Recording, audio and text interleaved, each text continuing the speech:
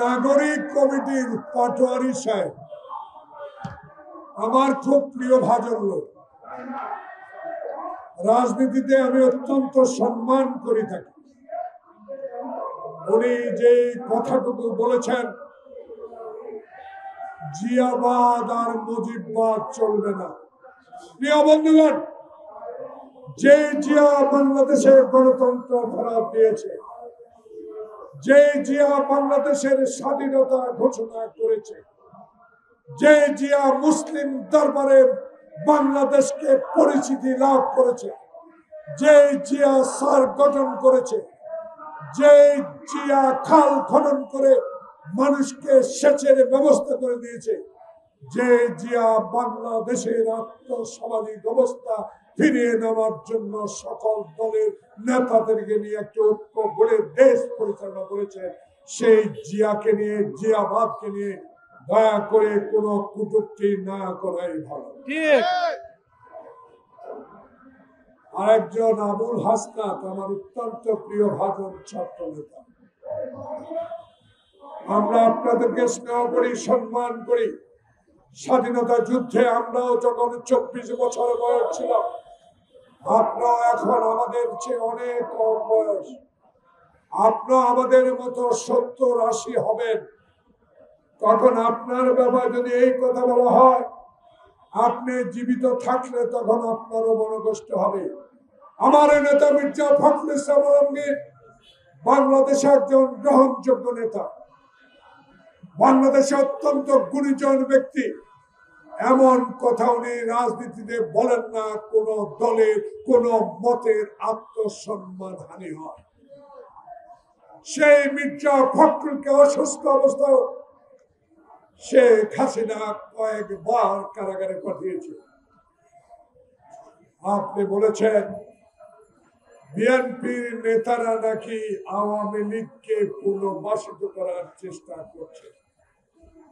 প্রিয় বন্ধুগণ, আমরা স্পষ্ট করে বলে দিতে চাই, বাংলাদেশের এই আন্দোলন, এই হাসিনার পতন শুধু জুলাই আগস্টের মধ্যেই সীমাবদ্ধ ছিল না।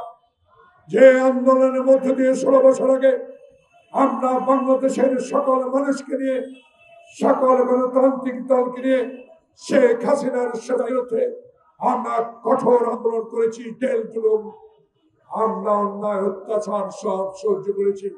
রাতে আমাদের ঘুম ছিল, আমরা কবরস্থানে ঘুমিয়েছি, আমরা হাঁটু পানিতে দাঁড়িয়ে রাত পার করেছি। আমাদের মামলা, হাজার হাজার মামলা, 40 লক্ষ আমাদের বিএনপি নেতা কর্মীর বিরুদ্ধে মামলা। আজকে তাই সেই আন্দোলনরত দলের মহাসচিব এবং দলকে নিয়ে অনুগ্রহ করে এমন কথা এমন মুহূর্তে আপনার বলা ঠিক হবে না, যেই মুহূর্তে ডক্টর ইউনূস কখন মুক্তের রক্তের বিনিময়ে অর্জিত বাংলাদেশের গণতন্ত্রকে পুনরুদ্ধার করে একটি সুষ্ঠু নির্বাচনের তারিখ নির্ধারণ করবে, ওই সময়ে এইসব কথা বলে আমাদের মধ্যে অনৈক্য সৃষ্টি করা ঠিক হবে বলে আমি মনে করি। তাই আমরা অনুরোধ জানাবো, মাঠে ঘাটে যান, মানুষের কথা বলেন, অন্যায়ের বিরুদ্ধে রুখে দাঁড়ান, কিন্তু দয়া করে একটা প্রাচীন কবি দলের প্রতি এমন ইঙ্গিত করা ঠিক হবে না। যখনই আমরা ঐক্যবদ্ধভাবে শেখ হাসিনাকে বিদায় করতে পেরেছি, আমরা আশা করি আবারও আমার ঐক্যবদ্ধ থেকে বাংলাদেশে এমন একটি নির্বাচন দিব, এমন একটি নির্বাচনের ব্যবস্থা করবে ডক্টর ইউনূস। সেই নির্বাচনে বাংলাদেশের জনপ্রতিনিধি নির্বাচিত হবে, বাংলাদেশের সংস্কার হবে, বাংলাদেশে আইন প্রণয়ন হবে, বাংলাদেশের সংস্কার হবে, সকল কিছুই হবে। কিন্তু তার আগে আর একটি ষড়যন্ত্র করে 111-এর মতো আবার বিলম্বিত করার কোন অবকাশ বাংলাদেশে আর হবে না। আমাদেরকে আন্ডারস্টিমেট করেন না। বিএনপির একটা কর্মীও এত অত্যাচারের পরেও আওয়ামী লীগে যোগ দেয় না।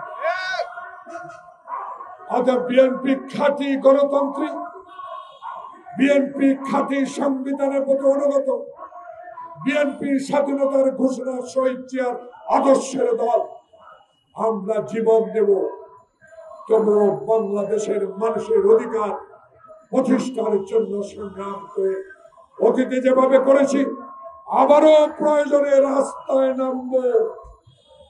একটি নির্বাচনের জন্য, যে নির্বাচন 1991 সালে অনুষ্ঠিত হয়ে বাংলাদেশের আপসী নেত্রী বেগম খালেদা জিয়াকে প্রথম মহিলা প্রধানমন্ত্রী বানিয়েছিলেন, আমরা সেই নির্বাচনের আশা রাখি। তাই দয়া করে ঠিক এই মুহূর্তে, এই সময় আমাদের মধ্যে অনৈক্য আর তৈরি করা যাবে না। এই অনৈক্য তৈরি মানেই আবার শেখ হাসিনার প্রেতাত্মা যারা সচিবালয় সহ চারিদিকে বসে আছে এদেরকে সুযোগ করে দেওয়া।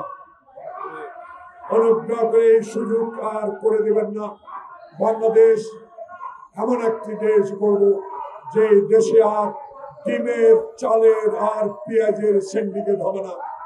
এমন এক বাংলাদেশ গড়ব যে বাংলাদেশে বিচারের নামে প্রহসন হবে না। এমন এক বাংলাদেশ গড়ব বিচার মানে তাল গাছ আবার এটা যেন আর না হয়। এমন বাংলাদেশ গড়ব বাংলাদেশে আর আয়নাঘর হবে না। এমন দেশ গড়ব যে দেশে মানুষ দরজা করে ঘুমাতে পারে, যে দেশে আইনের শাসন চলবে, যে দেশে দুর্নীতির বিরুদ্ধে সোচ্চার হবে মানুষ।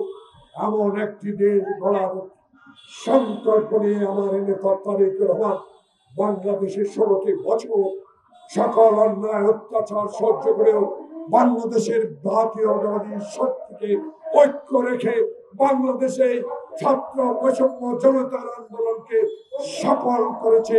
সেই সফলতা যাতে নষ্ট না হয় এই অনুরোধ রেখে সবাইকে ধন্যবাদ জানিয়ে আমি আমার বক্তব্য শেষ করছি। আল্লাহ হাফেজ।